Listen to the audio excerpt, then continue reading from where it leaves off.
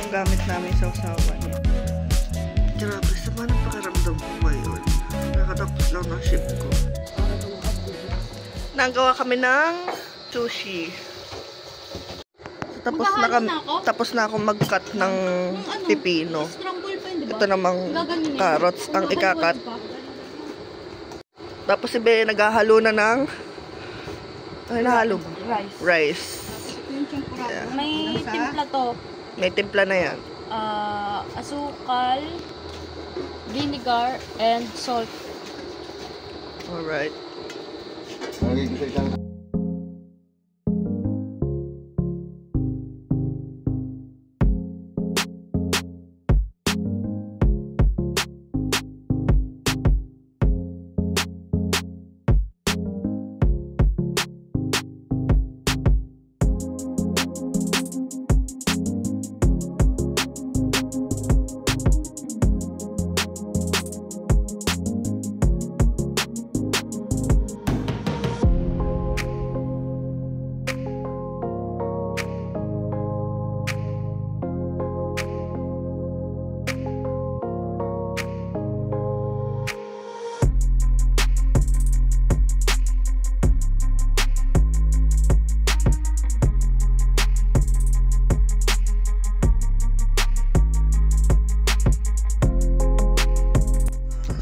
So, ganito na yung kinabasa niya, guys.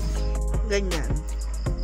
Hindi pa namin perfect kasi first time naman namin gumawa ng ganyan. Diba? Tapos meron pang hindi na nakakat. Yan yung mga perfect na kinembular, oh. Dalawang luncheon meat nakalagay dyan, oh. Diba? Ang bilis namin, diba?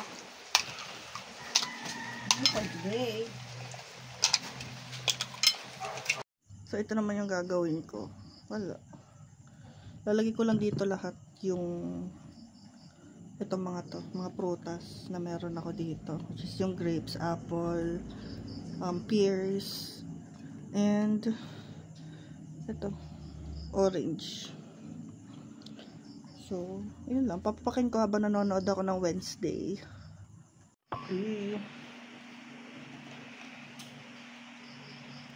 Ito yung sasawan. QP yung gamit namin sa usawan. Yan.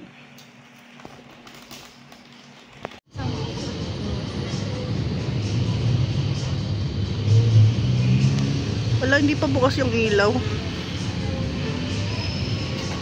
Hi. Grabe, sama ng pakiramdam ko ngayon.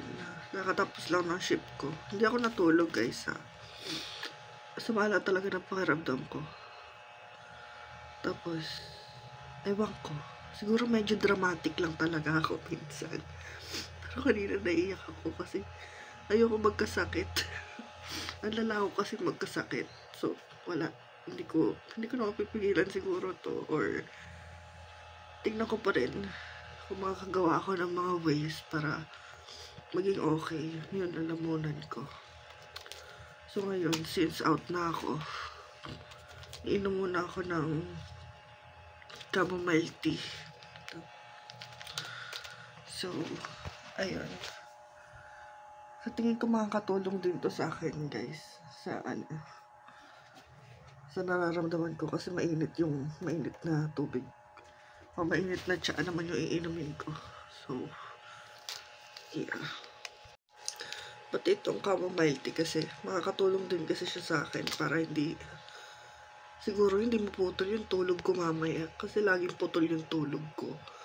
So, parang feeling ko every hour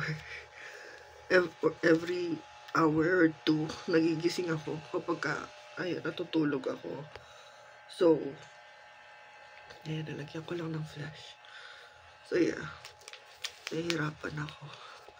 Hindi ko alam kung bakit. Kasi, parang, lagi ako naiihi.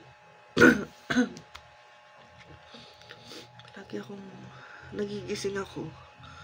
Na naiihi ako, naiihina ako. So, sa loob ng isang tulog ko, siguro minsan, 4 hours nga lang ako natutulog minsan. Tapos, putol-putol pa. Kasi nga, Kasi nga, lagi ako naiihi. Siguro, ewan ko. Hindi ko alam kung nataas na yung sugar ko. Huwag naman sana, no? Pero, ayun. Siguro magkakat na ako ulit ng sugar. Oo. Kailangan ko na din kasi. Tapos, babawasan ko na rin yung kanin ko muna. Naiyak lang ako kasi naalala ko yung naranasan ko sa ospital dati. Kasi, hindi ko naman first time, yung last time na nagpunta ako ng ospital, o na-hospital ako, na-confine ako. And usually kasi kapag ka na-hospital ako, nakakain ko kung ano yung gusto ko. Dati. Pero nung last time na na-hospital ako, yun talaga yun. hindi ko makain yung mga gusto ko. And hindi lang din siguro dahil doon, dahil din talaga siguro sa nararamdaman ko, kaya mas nagiging dramatic ako ngayon. Pero yeah, inom na ako ng tsaka.